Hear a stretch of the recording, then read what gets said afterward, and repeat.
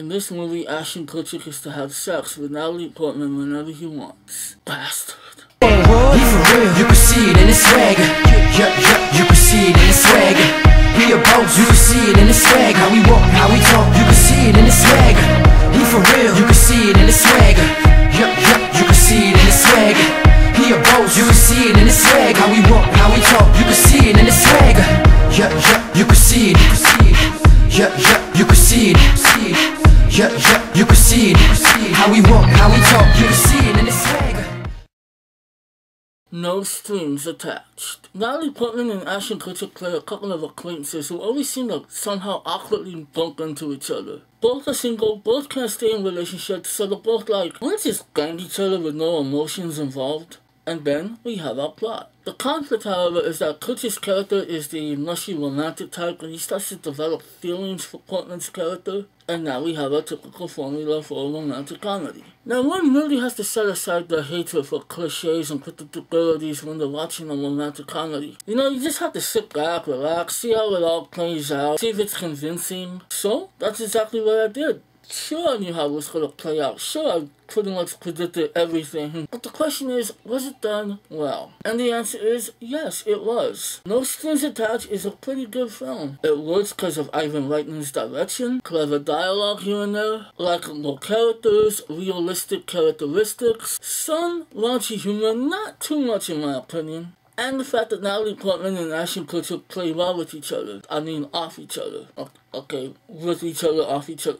Both physically and emotionally. I mean, you have to be a sad sack not to have any chemistry with Natalie Portman. Alright, I don't know how many times I have to say it, Natalie Portman is the best. She's perfect in everything she does, and yeah, she is beautiful. You always have to mention her beauty. If you don't, it should be a crime. I can sing her praises every single day, but I'm trying to keep this short, so it's time to move on. It was interesting to see her do a lot of sex scenes. You just don't see that very often. And no, guys, she does not get naked. We pitiful mortals are not worthy of seeing such beauty. Alright, Ashton Kutcher. Actually, I liked him in this movie. What did I just say? He was a relatable character, and I actually felt kind of bad for him. How can this be? That's not possible. Yeah, I'm not a big Ashton Kutcher fan. Truth is, he's not a bad actor. He just, 1, picks really bad movie roles. 2, is a douchebag nitwit in real life. 3, both 1 and 2. If you chose 3, you are correct. Yay!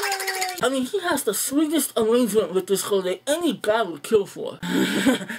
Oh, sorry. Yeah, he can't be with this girl because she's so emotionally detached. Or at least that's the vibe that she's giving off. But at the end of the day, he gets to bang her whenever he wants. Son of a bitch! Yeah, I don't feel too bad for him. Of course, this isn't a great film, but it is enjoyable. As a comedy, it is good, even though some of the jokes do fall a little flat. But there are some really funny moments, mostly involving Natalie Portman. There's a scene where she is drunk and she gets jealous of some girl and she just calls her a pumpkin for no reason. What I do like is the fact that this film is fairly shallow and never really goes overboard. And I thought the dramatic material was done pretty well. Mostly because Portman always gets so deep into a character that when bad things are happening to her, you just feel genuinely bad for her. You just want to hug her. Come on, give me a hug, give me a hug.